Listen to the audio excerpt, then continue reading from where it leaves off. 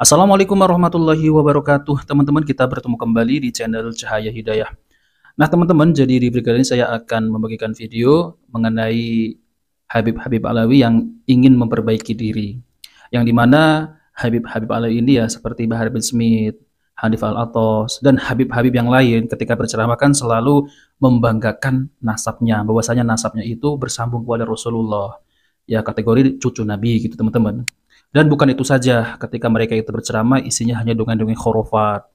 Bahkan mereka juga mengancam nanti kalau ente tidak mencintai cucu Nabi, ente nanti kualat, dan nanti ente kalau ditanya di akhirat oleh Nabi, bagaimana jawaban ente? Nah, seperti itu teman-teman. Nah, video ini, para Habib Alawi ini introspeksi diri dan ingin memperbaiki metode dakwahnya. Yang dulu dakwahnya ini kan banyak dari Habib-Habib Alawi yang masih muda ini ketika berceramah, gak ada ilmu sama sekali yang disampaikan, melainkan hanya meninggikan leluhur-leluhurnya. Ya, bukan Habib yang muda-muda juga teman-teman ya, Habib-Habib yang sudah tua-tua juga kalau berceramah suka mendongengkan khurafat-khurafat dari leluhurnya. Nah, maka dari itu Habib-Habib Alawi ini akan memperbaiki diri dan akan menegur kalau ada Habib yang berceramah khurafat-khurafat. Nah, seperti itu teman-teman. Oke teman-teman, coba mari kita simak videonya. Ini tempat untuk kita memperbaiki diri. Jangan kamu tertipu dengan nasab. Wallah mas'uliyah. Renungkan. Hari kiamat kamu menghadap kepada Fatimah dengan wajah yang bagaimana? Hari kiamat kamu menghadap kepada Rasulullah dengan wajah yang bagaimana? Jadi kalau ada dari keturunan Alawiyin yang berbangga-bangga dengan nasab, tanpa memberikan satu kontribusi yang baik, akhlak yang baik, ini itu percuma. Kita tidak, bukan itu tujuannya. Bukan itu tujuannya. Rasul SAW juga. Jadi juga bukan tujuannya untuk membeda-bedakan antara ras. Sama sekali. Berbeda dengan mereka. Karena Islam tidak mengenal kasta. Tetapi itu justru untuk mengetahui sumber berasal dari mana. Lalu tanggung jawabnya. Kalau tanggung jawab seorang sada, seorang katakanlah kalau sekarang dikatakan Habib, itu jauh lebih besar. Kalau dia harus memberikan satu uswah, keteladanan kepada umat. Bukan harus minta dihormati, tidak. Justru harus menghormati. وقال هو العلوي إذا ما سلك مسلك العلويين ما هو علوي وإذا ما عمل بأعمال العلويين ما هو علوي وإذا ما تأدب بآداب العلويين ما هو علوي وإذا ما مشى في طريقة العلويين ما هو علوي وإذا ما تخلق بأخلاق العلويين ما هو علوي منين يقع في العلا وهو في الأسفل. Itulah jalan yang ditempuh oleh orang-orang tua kita, bukan dengan bermulut besar. Yang mungkin jadwal ceramahnya lebih banyak daripada jadwal belajarnya, yang terlena dengan pujian masyarakat sehingga melupakan belajar, yang terlena dengan penghormatan masyarakat sehingga kurang untuk menghargai orang lain, yang kurang mempelajari banyak ilmu sehingga pengen disanjung terus tanpa belajar ilmu agama, terutama yang muda-muda dari kalangan para sadaba Alawi. فهذه الإضافة وهذا النسب نسب يعني فيه تشريف وفيه تكليف، والتكليف أكثر من التشريف في هذا الباب. لا تغتر بالنسب، لا تقل أنا من العيلة الفلانية أو أنا من القوم الفلاني أو أنا من النسب الفلاني وتتعالى به على الناس، ثم بعد ذلك تريد أن تكون داعية إلى الله سبحانه، تدعوهم إلى الكبر وهم إلى قلة الأدب. يا نساء النبي من يأتي منكن بفاحشة مبينة يضاعف لها العذاب ضعفين، فالسبة منك مثل سبتين من غيرك وأكثر، وإثم الكذبة منك أكثر من كذبتين من غيرك، وإرادة الشر للغير منك إثم أكبر من إرادتين من غيرك. Jangan sampai dalil maulid yang kuat dikotori dengan penceramah atau dengan tadi sekarang campur laki perempuan, joget dan sebagainya, yang sama sekali itu para ulama yakin 1000% mereka tidak akan membawakan dalil hujah untuk membela maulid yang model seperti itu pastinya. Ketika dakwah dijadikan sarana hiburan dan majelis-majelis ilmu dianggap membosankan, ketika kegiatan keagamaan tidak lagi memperhatikan batasan-batasan syariat yang menjadikan bercampurnya laki-laki dan perempuan. Wali-wali Allah itu menyembunyikan karomahnya seperti perempuan menyembunyikan darah haidnya. Artinya dia malu, nggak diceritain ke orang, diekspos terus, begitu ya. Dan bagi para pendakwah yang menceritakan kisah karomah secara berlebihan, bahkan mengubah redaksi kisah tersebut, tidakkah terbesit dalam kepala Anda bahwa semua ini akan dipertanggungjawabkan? Alih-alih mendekatkan manusia kepada agama, namun justru menjauhkan. Dan juga perlu untuk diingat dari kalangan para habaib, bahwasannya kita hidup saat ini di masa semua apa yang kita sampaikan, gerak-gerik yang kita lakukan itu bisa dikritik oleh banyak orang. Maka dari itu penting dari kalangan para habaib itu untuk menampilkan keteladanan. Terlebih lagi ketika mereka sudah dinilai sering menceritakan tentang kisah-kisah keteladanan, keagungan leluhur dari atau pendahulu mereka. Karena kalau misalnya para habaib yang menceritakan kisah-kisah kemuliaan tersebut, kisah-kisah keteladanan yang ada pada pendahulu mereka, dan mereka tidak menampakkan bahwasannya mereka melanjutkan apa yang dilakukan oleh pendahulu mereka, maka jangan salahkan ketika orang kebanyakan juga ikut mencaci atau mencela pendahulu-pendahulu Anda. Bukan karena kesalahan pendahulu Anda, tapi ingat itu karena kesalahan Anda. Jangan buru-buru, Aska. Biar yang hobi cerita karomah lihat dampak dari tindakan mereka. Sejak dahulu sudah diingatkan namun tidak diindahkan.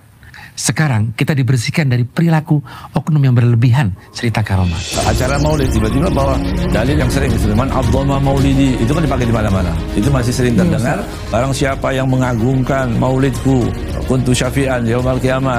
Padahal kalau hadis itu dikatakan mimpi, lewat mimpi, bilang aja lewat mimpi, nggak apa-apa, nggak jadi hujah.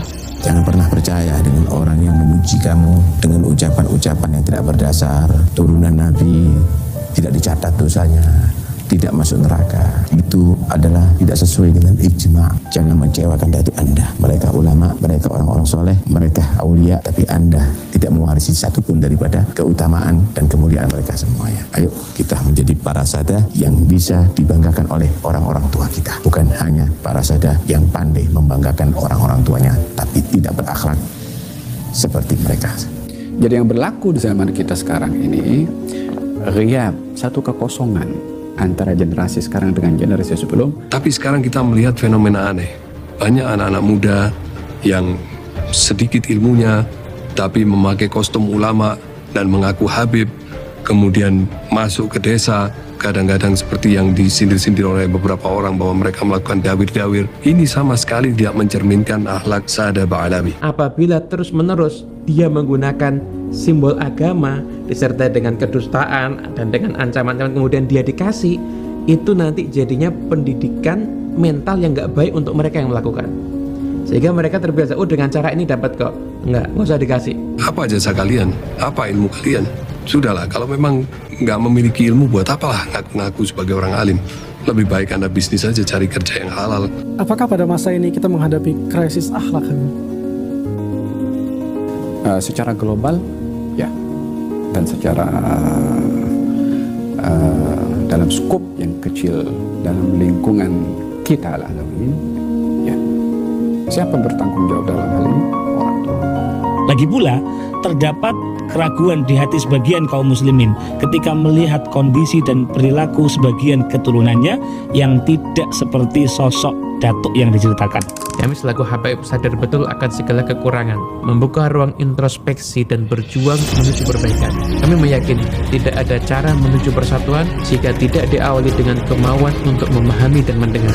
Bukan malah nasab itu dikapitalisasi, dijadikan kebanggaan karena tidak ada gunanya sama sekali. Anda tidak mendapatkan ini dari usaha Anda. Jangan berlebihan untuk memuliakan atau ngalap berkah. Juga jangan memandang ajaran selain habaib sebagai ajaran yang rendah. Jangan merasa benar sendiri. Habaib juga bisa salah. Nah, teman-teman yang dimuliakan oleh Allah Subhanahu wa taala, jadi pihak Rabithah Alawiyah ataupun para habib-habib Alawi ini sedang ingin memperbaiki diri, introspeksi diri, bahwasanya kan ada orang-orang yang mengaku sebagai habib dari Ba'alawi, mereka itu kalau berceramah isinya hanya mendongengkan khurafat-khurafat dari leluhurnya. Namun yang ingin saya sampaikan teman-teman ya seharusnya mereka itu kalau berceramah, yang pertama jangan membawakan hadis-hadis palsu apalagi melalui mimpi. Yang kedua, mereka kalau berceramah sering meninggikan datuk-datuknya leluhurnya, bahwasanya datuk-datuknya itu memiliki karomah, memiliki keramat. Siapa itu teman-teman ya? Ali Jindan. Nah, Ali Jindan ini satu jam videonya itu isinya hanya dongeng, khurafat datuk-datuknya, yang katanya bisa menurunkan rantai emas dari langit lah, yang katanya bisa menurunkan hujan susu. Ada juga si Habib ini memiliki pembantu yang bisa bangkit dari kubur lalu kemudian tidur lagi di kuburan lah. Nah, seperti itu teman-teman. Jadi ceramah-ceramahnya itu isinya nggak masuk akal sama sekali. Isinya hanya dongeng-dongeng khurafat meninggal leluhurnya. Nah, maka dari itu teman-teman, ya Habib-habib Ba'alawi ini sedang memperbaiki diri, introspeksi diri, dan membangun lagi untuk kepercayaan kaum muslimin yang ada di Indonesia ini. Jadi para Habib Alawi ini kalau ada yang berceramah, khurafat-khurafat apalagi dawir, harusnya dibuat suatu aturan apabila ada Habib Alawi yang berceramah, terlihat mendongengkan khurafat, maka harus dihukum. Itu ya, seharusnya seperti itu teman-teman. Karena itu bisa mencoreng Ba'alawi itu sendiri.